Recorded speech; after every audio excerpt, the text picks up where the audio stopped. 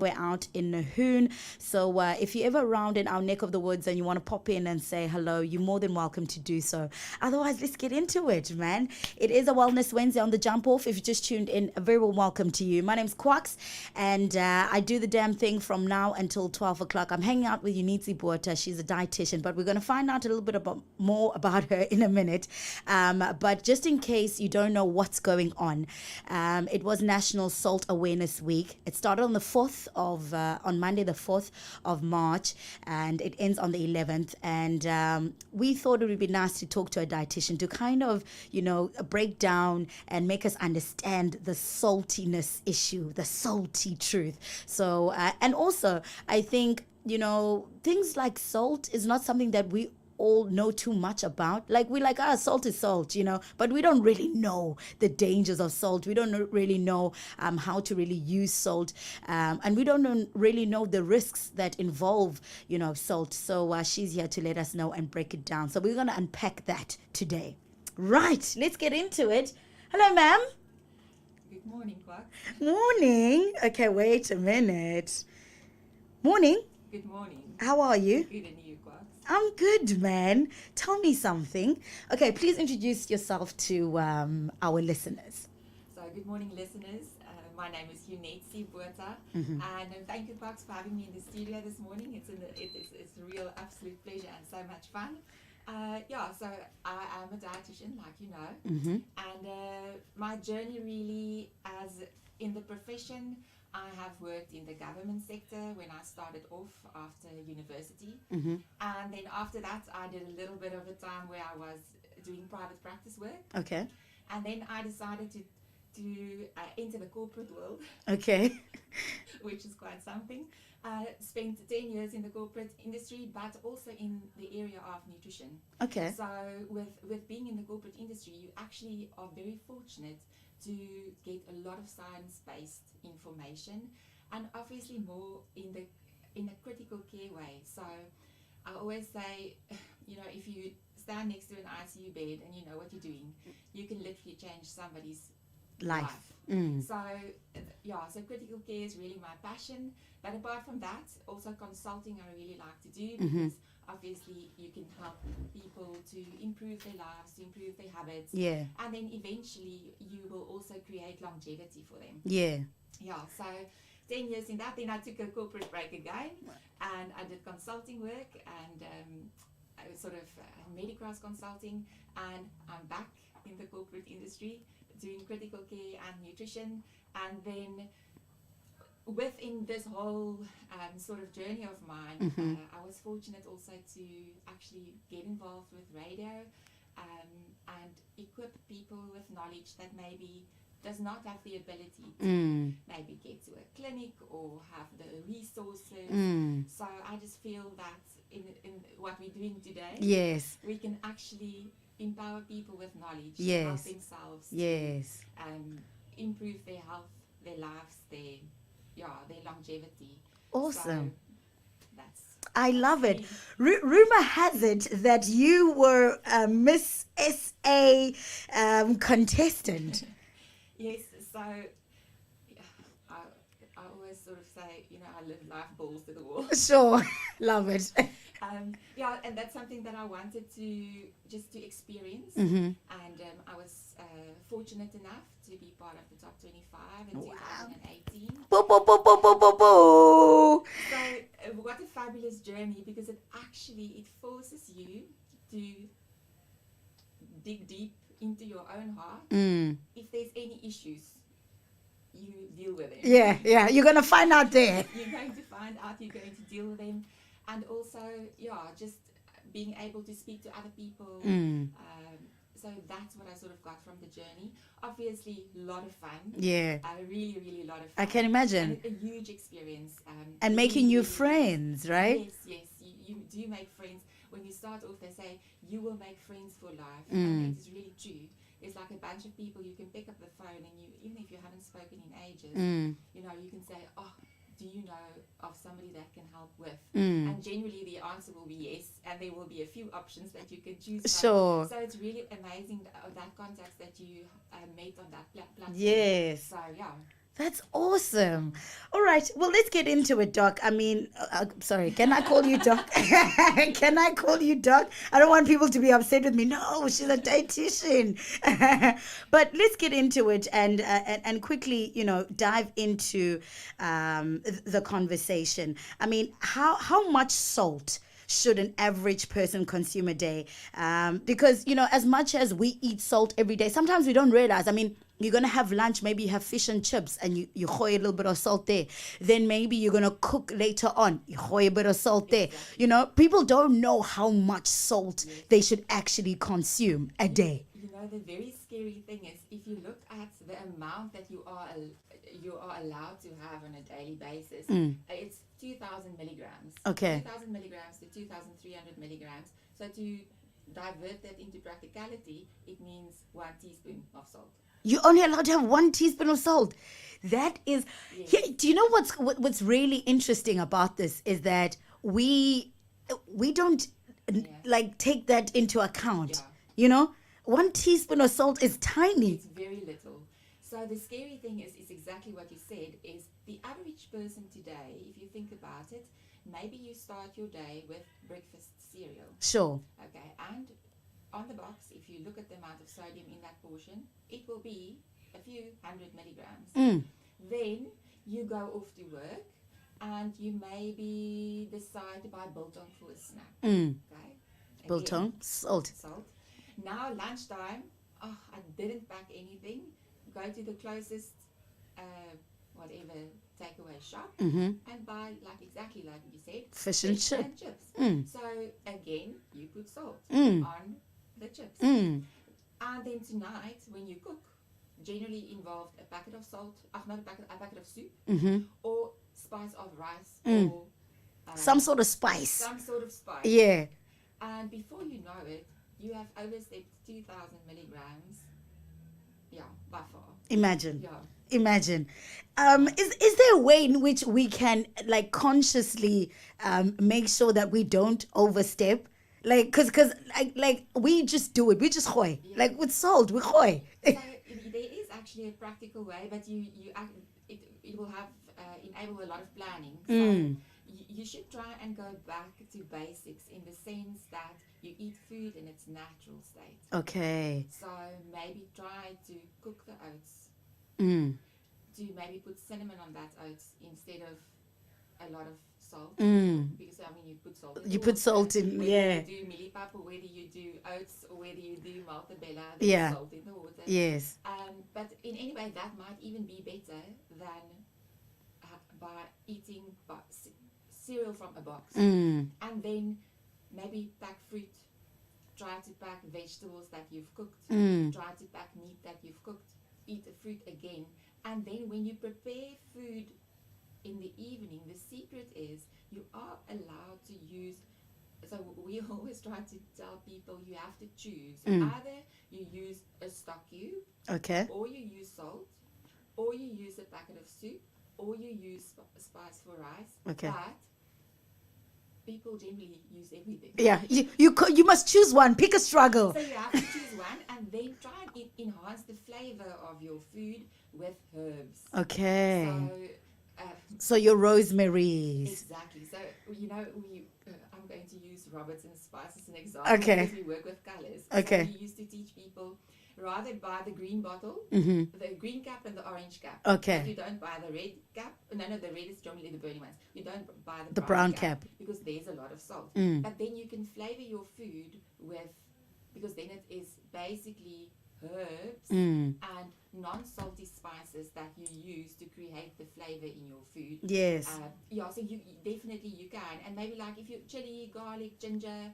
all of those things. Yeah. You'd rather use that Yeah. than a packet of soup, and the flavor will be better. That's Yeah. what people don't know. Yes. They assume it might not have a flavor, but if you buy fresh vegetables, a vegetable on its own, if you just boil it in water, generally, it's got a good flavor. Yeah. So I think people complicate making food, whereas you can actually, quite frankly, just boil it in water and maybe fry your meat with a little bit of salt is fine, or then a spice if you wanted to.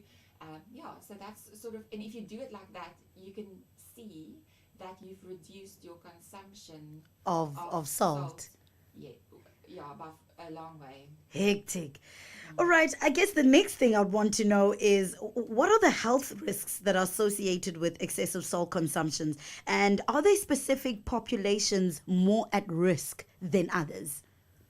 So the general link of a high salt intake will be hypertension, Okay. which is high blood pressure. Okay. So generally speaking, if you have too much salt, you can expect a high blood pressure. Although high blood pressure on its own there's more than one thing that can cause a high blood pressure. For instance, you mentioned obesity. Yes. So if you are obese, you also increase your blood pressure, Mm. and then when your blood pressure is increased, that basically increases your risk for heart disease, stroke. So that's mostly the link, the most general complication about a high salt intake. Okay. And then I presume this is a little bit of an extreme part to it, but there might be a risk to stomach cancers, because if you increase your amount of sodium, so H. pylori is a bacteria that grows in your gut. Okay. And that increases your risk for stomach ulcers, and it increases your risk for inflammation. And then that's really the rollover to a stomach cancer.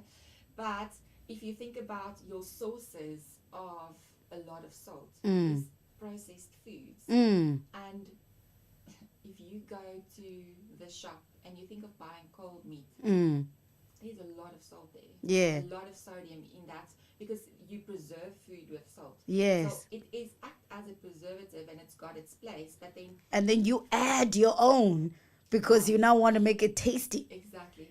So, but I also think the high processed food consumption in today's life is obvious. Everybody is on the go, and no one has time anymore. Exactly, moms don't have time. So you go to the fast food, you go to the easy things, but those ones really have a lot of salt, and also the process itself is also where the risk for the cancer develops. So it's a bit complicated, but yeah, that's basically in a nutshell.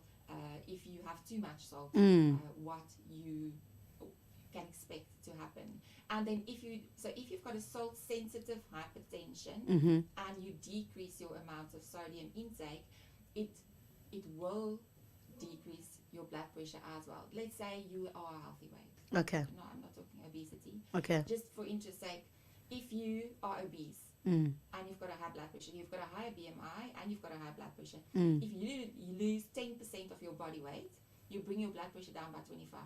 Hectic. So it's always first line to try and make sure that you improve your diet, improve your weight, and see whether that's got an effect on your blood pressure, maybe before even going the medication option. Yes. So I always try and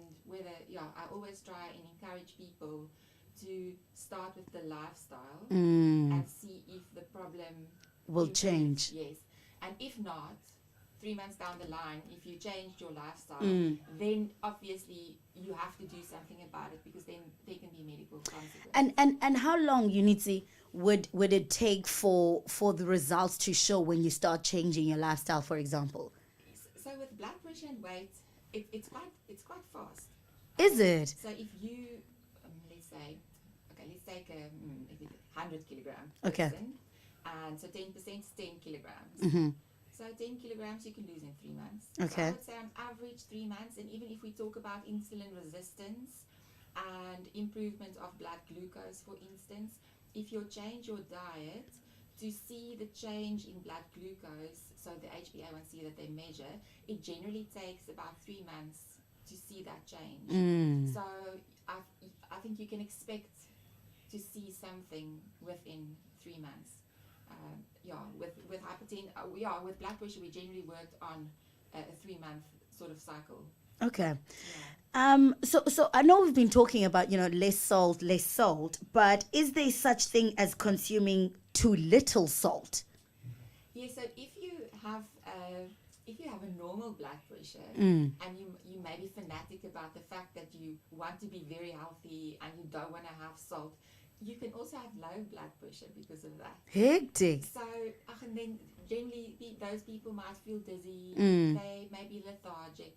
And then obviously there's something which we call hyponatremia, which is more like a medical thing, but that in the end can be life-threatening. Mm. But for the average person that maybe do not consume salt because of the fact that they are scared of salt, Mm. might suffer of a low blood pressure, and then you will have those type of symptoms. I can't believe there's such a thing as low blood pressure. Yeah, something like low blood pressure. What? That's crazy. Okay. I think you've touched on, the relationship between salt intake and high blood pressure. But are there any other health conditions besides hypertension that can be affected by high salt intake?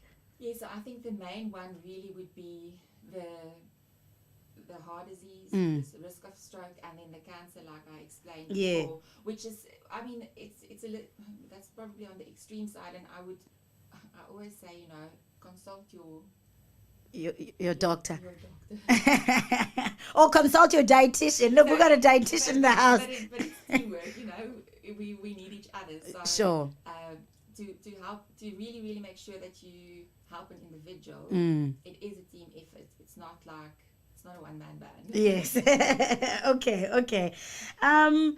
I think maybe the next question for me would be, how can listeners probably just identify hidden sources of salts in processed packaged foods? Like, what must we look for when we see food and we pick food and we go shopping? So generally, if you look at the label, so how labeling works is your first ingredient will be the majority of the packet, and the last ingredient will be the least. Okay. So with processed food, it generally goes pork, sodium, beef, sodium. So, and then on the nutritional information, there will always be the amount of sodium. Even if you buy a packet of biltong at the shop, at the back they will put the nutritional information and they will put the amount of sodium. So that's the one thing that you can do, is read the label, look at the amount of sodium. So if you have your reference of 2,500 milligrams in the back of your mind, and you consume a 50-gram packet of biltong with 2,000 milligrams of salt, you've got a problem. There's an issue. There's an issue here. Yeah. Listen, like, I don't know, like I've never been conscious about salt intake, and I think I speak for a lot of people when I say that, because it's something that we've never really for example, the reason I'm saying this is because I didn't know. I read somewhere there's a difference between salt and sodium. And I didn't know that there was a difference. I thought it was just one the same thing. No, salt, sodium chloride, according to me, the same thing. One of the same things, right? Because because as much as apparently what I read is, as much as some foods might not have necessarily salt, but some of them will have sodium. And I was like, what? I think it's just a better word. Oh, it's just the name. It's literally because you will see sodium chloride or sodium something or so it's still salt that they've added a version of it. Okay. So that's basically what it means. All right. So, UNETSIE, I think next question would be, for those who are physically active, or athletes, how does salt intake then play a role in hydration and performance? Yeah, so obviously we have to, so electrolytes is quite important if you are an active person. So it's your natural ability to basically for the body to rehydrate so it's got a direct impact on the fluid balance. Sure. So whether we drink too much or too little, it's involved. And then obviously, if those levels are not correct, it will interfere with your performance. So the majority of sports people obviously will be very aware, and they will consume something in the form of whether it is an electrolyte-based drink, or a rehydrate, or a supplement for recovery, so that to make sure that their levels will be in the normal ranges, and then obviously that their performance will still be what they want, because it will have a direct impact on the basically the severity of what you can run at or swim at, or so it's got a direct impact on your strength and your performance. Yeah. Oh, hectic. And then what are some healthy alternatives? I know you mentioned herbs, but let's be honest here, Unitsi, okay? We're going to be honest, all right? A lot of us, when we cook, right, we obviously want to put the flavors, and I mean, I am a big I watch like these lifestyle shows where they'll be cooking and like these competitions. I love them, and they put so much there, and like you want to recreate because it looks lovely and you want to taste, but at the same time, like that I think if I think about life today, I think if you can just put your focus on consuming fresh food in some or other way, cook it with, use salt, but then use other things, because those cooking shows, it will be salt, but there will be garlic, there will be onion, there will be fresh herbs, there will be some chili maybe, there will be they'll mix it all up. There's nothing wrong with the other things that you add.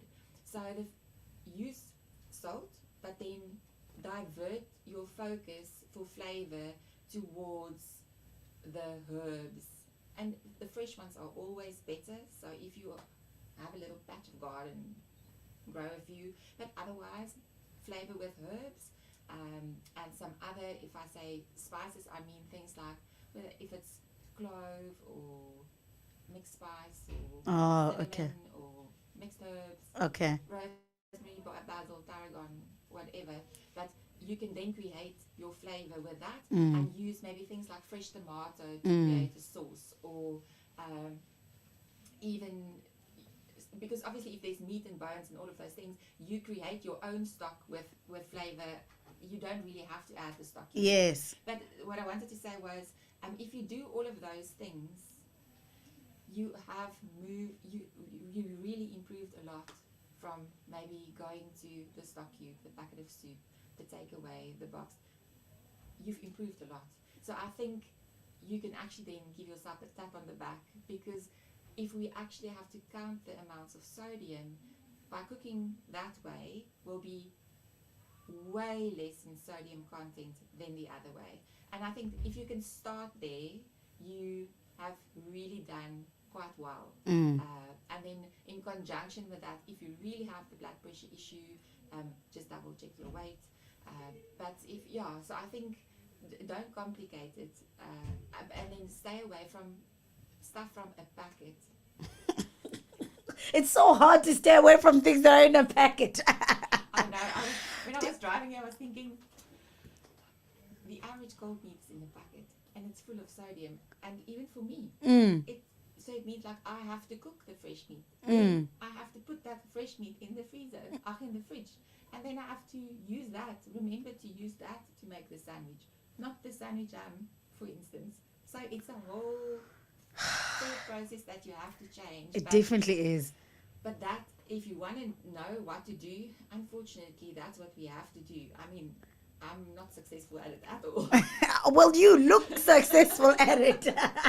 I mean, look at you. You look successful at it. You know what? I've always wanted to know, like, as a child of a dietitian, Shame, does your baby girl eat sweets and things like that? Does she have a normal eating like life? How normal kids eat? Normal in her life before she went to school was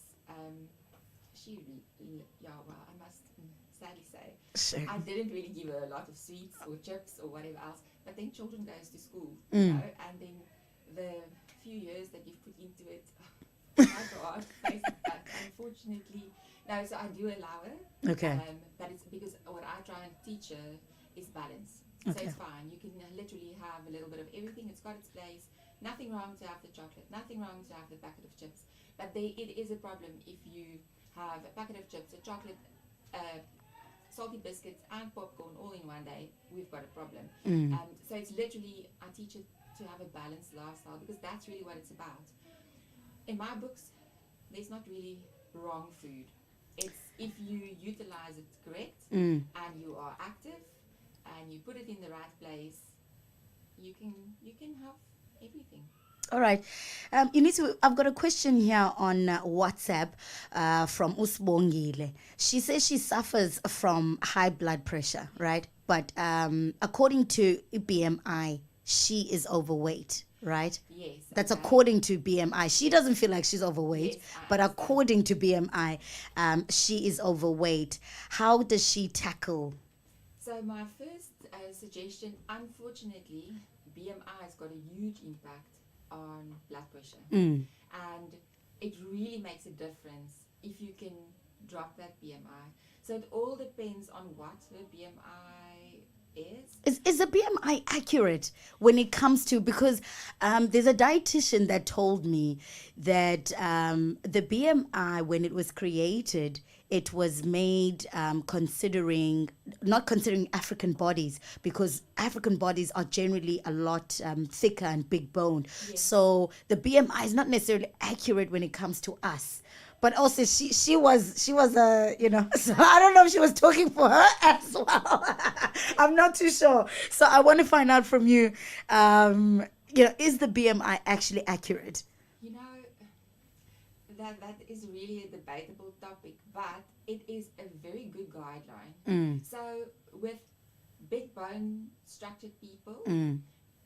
I generally would have always worked with the high end. Okay. So say for instance we've got 20 to 25, Mm. but I've got a big bone. And with men it's difficult because I mean if you've got a very tall guy with a lot of muscle, Mm. the BMI is not really accurate. But Yeah. the thing is, then he's lean, then it's muscle, then that's another story. Sure. But and also the other thing which is a good guideline is waist circumference. Mm. So that means you must take a measuring tape Yes. and So I think if I remember correctly, it's 80 centimeters for a woman, 100 centimeters for a man, or something like that. Maybe I'm wrong. But so for her, yes, definitely start with your BMI. okay. So if your BMI is 30, try to get it to 20. Oh, but you don't have to stress really, because I've mentioned earlier, 10% of your body weight will drop your blood pressure by 25%. It's scientifically proven. Sure. So start there. Look at what is 10% of your weight, and then use that measure as a starting point. And then in conjunction with that, maybe try to be active. Obviously, stress and inactivity also parts with blood pressure. So little bit of a lifestyle change. Make sure you exercise. Make time for yourself to exercise and relax.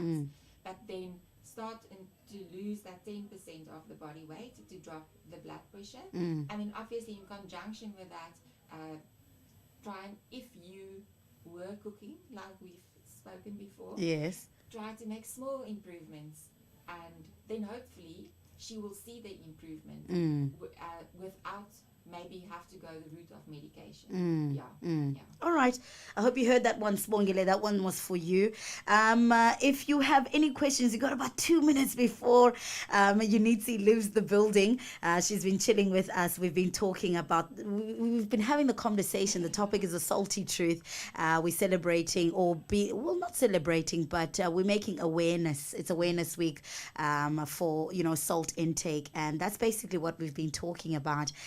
And I think for me, UNETSIE, I would be wrong if I didn't ask, where can people find you if they need to maybe make an appointment with you? Because I think the relationship we have with food is a very, deep one.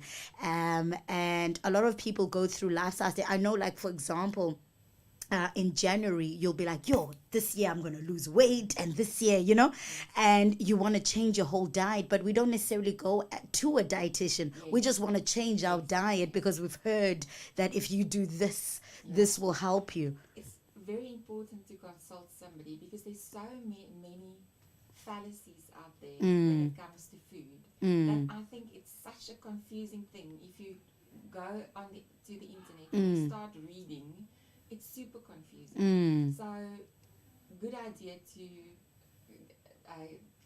help somebody to guide you in the right direction. And I always tell people, don't try to change everything overnight. Mm. Take one small thing At a time. and change that, and then change another thing. And before you know it, you will actually be where you want to be with whatever goal you set for yourself. So small steps at a time. So where people can find me, the best place really is I've got an Instagram handle, which is @UNETSIE. People can send me a message there, and that's probably the best way to find me. Okay. So it's basically Insta or Facebook, but Instagram I'm @UNETSIE. Okay. Oh yeah, but just in case the spelling, let's do the spelling. I'll Just do in the spelling. Do you ever find that people are like, how do you pronounce that? Do you ever find that? I find it very often, and like I'm an Afrikaans speaking Yes. person, the Afrikaans people get it wrong the most. Really? Oh my word. English people and African people more successful in getting the spelling right. Wow, that's Yes. crazy. So it will be spelled UNETSIE, so it's @UNETSIE. That's where you can find me. All right. So she's on Insta. She's also on Facebook. Find her over there if you have any questions regarding your diet, your overall diet. And obviously just book a consult. It's not for free, okay, guys. What's for free is what I'm doing.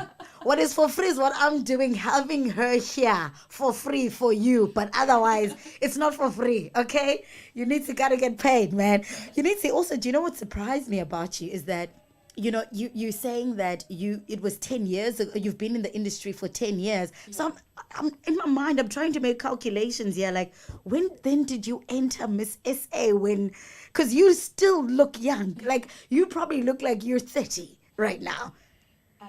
So I entered 2018. Okay. As part of Mrs. South Africa. Okay. I don't know how old I was. I always think how old I was then. But for all practical purposes, I'm 43 years old. No way. There's no way you're 43. But I always joke and say my last birthday was at 28. Yes. That's it. Yes. And we ended at that. UNETSIE, I want to thank you so much for hanging out and coming to inform us. Maybe we'll steal you a little bit more now that we have a relationship. So you can come and, enlighten us. Wellness Wednesdays are always just about, our health and wellness. And I think it's very important for people to be more aware and be more health conscious. And I think these conversations are very important, not just when there's, an awareness week, but I think just generally having these conversations and making healthy. I mean, it was scary what I read about obesity and how, it's so hectic now in South Africa, and people are just letting themselves go. Exactly. And what I actually like about what you do is having like people that listen.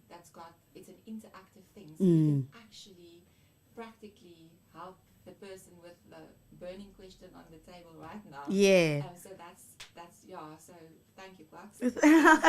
Thank you, UNETSIE. It's been awesome. It's been great. It's just gone 48 minutes after the hour of 10 o'clock. You are still locked and tuned in to the station of the gods. My name's QUAX, and I've been hanging out with UNETSIE, and we've been doing the damn thing and answering these burning questions. So I will try and have her again, fingers crossed. But yeah, we are going to get into some music, and then when we come back, we do play the game, What's Your Poison? And basically today's question for What's Your Poison, it is, would you rather lose your sense of smell, or would you rather lose your sense of taste? In fact, before UNETSIE goes, I want to ask her that one. What's your poison? What's your poison? Smell or taste? Yeah. I would say, I think taste.